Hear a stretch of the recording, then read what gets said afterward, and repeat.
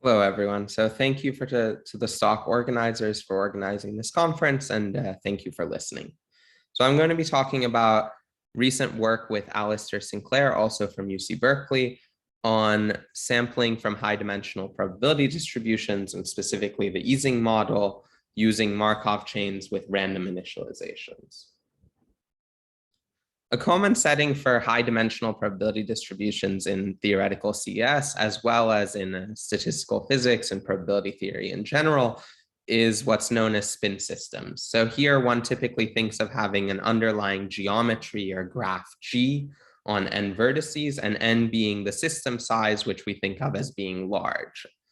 And the vertices, or perhaps sometimes the edges of this graph, then take on a finite number of possible states, either 0, 1, plus minus, 1 through q possible colors. And a few examples that might be familiar to you are the classical Ising model, the hardcore model, independent sets, matchings, and going beyond binary state spaces, the Potts model and colorings. In all of these cases, one can define a probability distribution naturally over assignments of the states to the graph, to the vertices or edges of the graph G. And this probability distribution will give probabilities to all possible assignments of these states, all exponential in n many assignments, where the probability distribution has some interaction law between the states taken on by, say, neighboring vertices. And the strength of this interaction, how important it is moderated by some inverse temperature parameter oftentimes, or some like interaction strength parameter. Now, a general paradigm in computer science or in theoretical CS is that when you have these kinds of large high-dimensional distributions, exact sampling from them is typically NP hard. And the reason for this is the state space is of exponential size in n because of the high dimensionality of the state space. And therefore, you have to ascribe exponential in n many different probabilities in order to have any chance at sampling perfectly. In recent years, there's been a lot of interest in the possibility of approximate sampling from such high-dimensional distributions. And it turns out that this can oftentimes be successful. So when the interaction strength in these spin systems is weak in some formalizable sense, then the system behaves like independent. There's no long-range interactions, and so it often becomes possible to approximately sample efficiently, say in polynomially many computational steps. On the other hand, though, many of these models are rich because they exhibit some transition. And if the interaction parameter is sufficiently strong, then approximate sampling can become hard, or at least certain methods for approximate sampling like Markov chains may struggle. And this often comes from some arising of a long-range order in the system, or some like long, strong correlations between vertices that are far apart in the underlying graph. So a heuristic picture of what can cause, for instance, local Markov chains to fail to sample well is the following picture of a probability landscape here in just 2 dimensions, but one can think of it as a heuristic picture for a high-dimensional space. And the low points of this function are the points which have the highest probability. And a Markov chain, a local Markov chain, can be thought of as some point or some particle doing an exploration in this landscape. Now, both this side, these blue sides on each side of this double well potential get large weight under the probability distribution, an approximately comparable weight. But a particle started here and doing some kind of thermal diffusion, which is what the Markov chain is essentially doing, will struggle to transit over to the other side in this picture. And this kind of multimodality of the probability landscape therefore can cause it so that Markov chains will not be able to sample from this landscape efficiently because it takes them exponential time to transit from an initialization on this side to the other side, which also has a large portion of the state space and a large portion of the probability distribution. And a lot of work in theoretical computer science has gone towards understanding how to still sample from such probability distributions when there are such bottlenecks in the state space, so where you have such strong non-convexities. In structured settings like the spin systems I described earlier, there's a kind of folklore belief that suggests that within each of the large phases of the model, the local Markov chains should have some quick convergence. So in particular, if I start my Markov chain here, it should roll down this hill quickly and equilibrate to some quasi-distribution that's just the probability distribution on this half of the state space. At the same time, this initialization will roll down and equilibrate on this half of the state space. And so if one initializes from a random side and has access computationally efficiently to such initializations, then one has an ability to sample quickly using local Markov chains, even though from worst case initializations, the Markov chain struggles to produce a good sample from the distribution.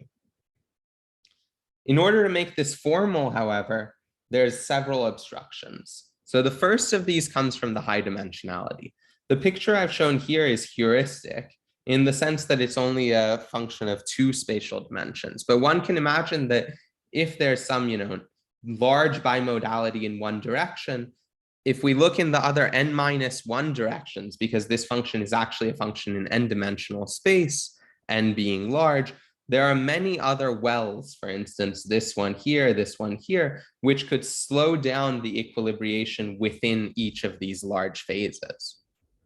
The second difficulty is that analytically, most tools for proving mixing times or convergence rates for Markov chains are tailored to worst case initialization. So one can think here of spectral theory, Poincare inequalities, log Sobolev inequalities, etc. All of these deal with understanding the convergence time from a worst possible start. And the systems we're interested in are where local Markov chains struggle to equilibrate quickly from worst possible starts, but the folklore belief still suggests that there should be nice initializations from which they can converge much more quickly. The main result that I want to talk about today then is a result with Alistair Sinclair showing that for the classical Ising model on the d-dimensional lattice, indeed this folklore belief is true.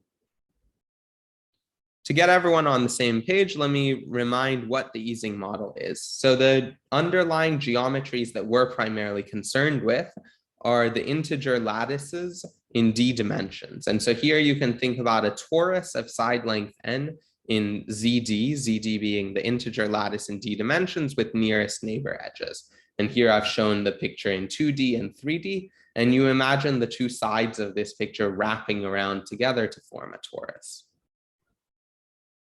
The Ising model on this graph is then a probability distribution over assignments sigma of plus and minus, or throughout the talk, blue and red, to the vertices of this graph. So here's a possible assignment of spins, plus and minus, to the vertices of this small graph. And the probability distribution is going to assign probability to a configuration sigma that's proportional to the Gibbs weight exponential minus beta times h of sigma. And h here is a cost or energy function. So the cost of a configuration sigma counts up the number of neighbors that take on differing spins. In the picture below, you imagine we count a disagreement here, a disagreement here, a disagreement here. And if you do that, all of these bold edges contribute 1 to the energy or cost, giving you h of sigma is 14. Now, this probability distribution is parameterized by an inverse temperature parameter, which you can also think of as a strength of interaction parameter. So that when this beta is large, you see we really penalize large energy configurations, and therefore this distribution prefers to have almost all sites look the same. On the other hand, when beta is small, the distribution is closer to uniform over all assignments of plus and minus, and so states are closer to independent. The Ising model has a long history of now almost 100 years, and it was originally introduced in the statistical physics literature to model the phenomenon of ferromagnetism. But since then, it's become a remarkably rich model that's led to beautiful mathematics and found applications in tons of other fields. And the reason for that is it exhibits a sharp phase transition between a high temperature regime where spins are are kind of independent at long distances, and a low temperature regime where even far apart spins are strongly correlated in this integer lattice. The main purpose of the main thing I'm interested in is then understanding how to sample from this very complicated probability distribution when this system size n is getting large, in particular in this low temperature regime where you have this long range ordering and therefore you have this bimodality of the landscape that I was describing earlier. A kind of canonical approach to sampling from this distribution. Sorry, let me also mention a couple pieces of notation to go forward. So throughout the talk, I'm going to use this notation to denote the torus, so this Ising model on the torus. But we're also going to be interested in this Ising model when in the presence of boundary conditions. And so here, instead of wrapping around the edges on the two sides of this box, I'm going to imagine that I froze all the spins on the boundary to be blue or plus. And in that case, I then use this notation to depict that. So a classical approach to sampling from this Ising distribution is a local Markov chain called the Glauber dynamics, introduced in the 1960s. And this is also thought to be a good illustration in the physics perspective of the off-equilibrium evolution of a large system of, let's say, interacting particles that take two states. So the Glauber dynamics goes as follows. This local Markov chain at each time selects one site in my system independently, uniformly at random to update. And then it updates that site, so say this middle site, according to the conditional distribution of that site given its 4 neighbors. So in particular, if it has more blue neighbors, it will prefer to be blue. And the amount that it prefers to be blue will be relative to this strength of interaction parameter or temperature parameter beta. Now, this Markov chain is designed exactly such that its equilibrium distribution is the Ising distribution that I described earlier at parameter beta. And so one is then interested in understanding how long does it take for this Markov chain to converge. And one typically measures that notion in terms of total variation distance or L1 distance to stationarity. So how far is a sample from the Markov chain from its equilibrium distribution in some metric, say total variation distance at time t. And that gives rise to a notion of mixing time, where we measure either the time to equilibrate from a specified initialization, sigma naught, or from a worst case initialization where we maximize the mixing time from a specific initialization over all possible initializations. And what we're interested in is understanding how this behaves in as when you're taking initializations that match this folklore belief I mentioned earlier. So at this point, mixing times from worst case initializations specifically for the Ising model on tori are very well understood. In particular, just as the equilibrium distribution has a rich phase transition, these mixing times undergo a rich phase transition where at the critical point, there's a critical point beta critical of D in this interaction strength parameter, a temperature parameter. And if I'm anywhere below that amount of interaction strength, then my Markov chain equilibrates very quickly. That means this worst case mixing time is order n log n, which is essentially as fast as it would be if every state were independent of one another. On the other hand, as soon as the interaction strength is larger than this critical point, then you have exponentially slow equilibration. So it takes an exponentially long time to converge to a good sample when initialized from a worst case start. And the reason for this is precisely the bimodality I indicated earlier. So if you think about a landscape like this, at low temperatures, so in this regime, the model prefers to either have a majority blue or a majority red but it doesn't like to lie in between. And the local Glauber dynamics will therefore be stuck on one side or the other of this picture, but struggle to move to the other side. And in particular, it takes exponential time to move to the other side. So this is a picture as I was describing of this bimodality. So this can be seen by looking at M, which I'll think of as the total sum of the spin values. So this is essentially the number of blue spins minus the number of red spins in the system. And so if I plot the probability distribution as a function only of this one parameter, so I take a one-dimensional picture of this high-dimensional distribution, then I see that on this side, which I'm going to call omega minus, there's a majority red, and on this side, omega plus, there's a majority blue. And each of these prefer to have a strict majority, say 70% red or 70% blue, and the Markov chain struggles to transit from one side to the other.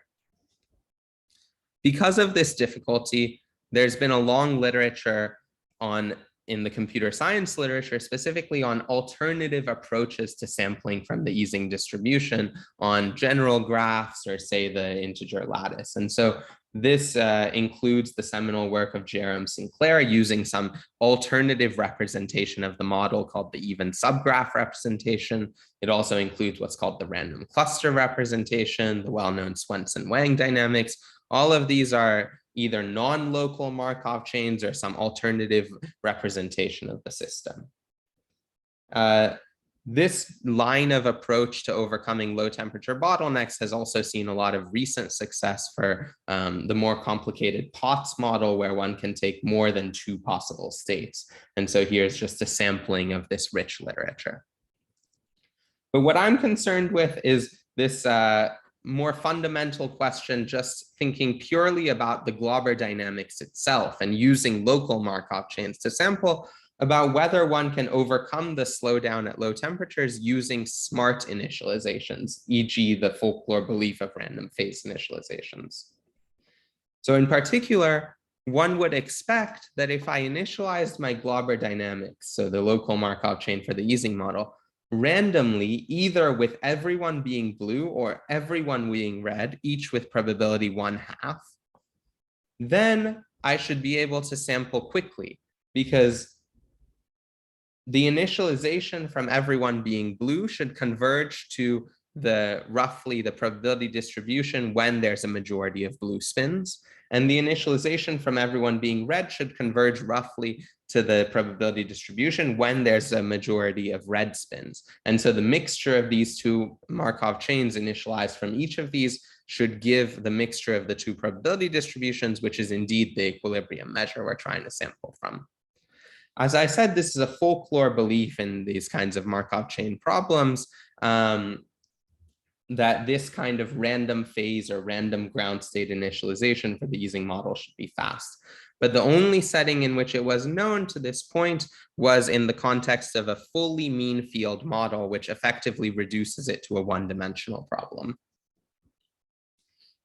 The theorem with Alistair Sinclair is then that in every dimension d at least 2, at every low temperature, this is indeed a good way to speed up the sampling time from the low temperature Ising model. So in particular, we're able to show that the mixing time on a system size of side length n on the torus, when initialized from this random phase, is comparable to the worst case mixing time at a much smaller scale of logarithmic with blue boundary conditions times an essentially optimal n log n factor.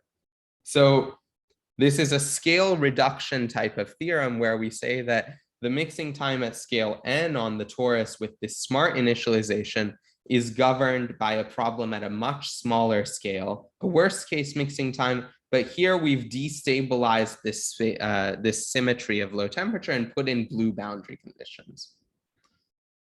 In particular, this implies that the mixing time on this torus of side length n with the random phase initialization is sub-exponential and in particular quasi-polynomial in every dimension at all low temperatures. So whereas the worst case mixing time is always exponential, this mixing time is much, much faster. Let me say a word about this and the role that this worst case mixing time with blue boundary conditions plays. So it's a long-standing conjecture dating back to the 80s that the worst case mixing time with boundary conditions at low temperature destabilizes the bimodality of the landscape because the blue boundary conditions force you to prefer majority blue. And so it's a long-standing conjecture that this worst case mixing time is polynomial. And under that conjecture, our main results would imply an essentially optimal n times polylog mixing time for the random phase initialization on the torus, where the worst case initialization is slow. Let me say a few words about the proof ideas in the next 5 minutes. So the key idea of the proof is to adopt a notion that's classical to understanding mixing times for Ising dynamics, called weak spatial mixing, to this random phase setting. So the notion of weak spatial mixing is a high temperature notion, which captures the decay of correlations of the model in its high temperature regime. And it says that if I have a box with blue boundary conditions and a box with red boundary conditions, then at high temperatures, or whenever weak spatial mixing holds, these two distributions look the same in the bulk, so macroscopically away from the boundary. And this property holds at all high temperatures, but it breaks down completely at low temperatures because the boundary conditions will influence everything at low temperatures. The notion we introduce as an analog is the following notion of weak spatial mixing within a phase. And that notion is tailored to this low temperature regime we're interested in. So we say the Ising model has weak spatial mixing within a phase if the system with blue boundary conditions, which makes everyone look blue, is close in its bulk to a system on the torus, but conditioned to have majority blue. So conditioned on this majority blue half of the state space. And we are able to essentially boost this notion of weak mixing within a phase into a mixing time estimate for the Ising model, or this scale reduction for the mixing time. In particular, our proof approach then with this new notion of weak spatial mixing within a phase goes as follows. One step of it follows the kind of classical intuitions that spatial mixing implies mixing time bounds by showing that the mixing time from the plus initialization on the torus of the Markov chain constrained to remain with a majority blue or majority plus has a reduction to a much smaller scale with blue boundary conditions times an essentially optimal factor of n log n. So this mixing time reduction uses this spatial decorrelation when I constrain myself to have a majority blue to argue that I mix quickly within that phase. I would add a warning here that even though this is true when I start with all plus, it's not true from worst possible starts, even if they are in the majority blue phase. So this is exactly the picture I was describing, where in this bimodal landscape, in the other orthogonal directions, there's actually many other metastable states. So in particular, if I start, for instance, with this kind of configuration, it does have a majority blue, but it's going to take an exponentially long time to leave this state. And so our mixing time reduction only applies to nice initializations, like the all plus one in the plus phase. The second stage of the proof is to then show that this WSM within a phase property that we introduced is actually applicable. And so for that, we show that at all low temperatures in every dimension at least 2, the Ising model indeed satisfies this property. And this relies on a complicated coarse graining approach dating back to Pistora, used to lift a recent result showing WSM or weak spatial mixing for the random cluster model to the Ising model within a phase. So showing this WSM within a phase by lifting spatial mixing for the corresponding random cluster model using a kind of coarse graining approach. Let me close with a couple open problems that I think are interesting to discuss. So the first of these is everything I discussed was this folklore initialization where you start either from blue or red at random. A lot of the time, we don't actually know the ground states of the system in, for instance, antiferromagnetic models. So a different type of random initialization one might be interested in is initializing everything IID, for instance. And this corresponds to starting in the middle of this bimodal landscape. So here it should be the case that the mixing time is polynomial still, but seems like a very hard thing to prove, in particular because you get all kinds of complicated coarsening structures in the low temperature dynamics.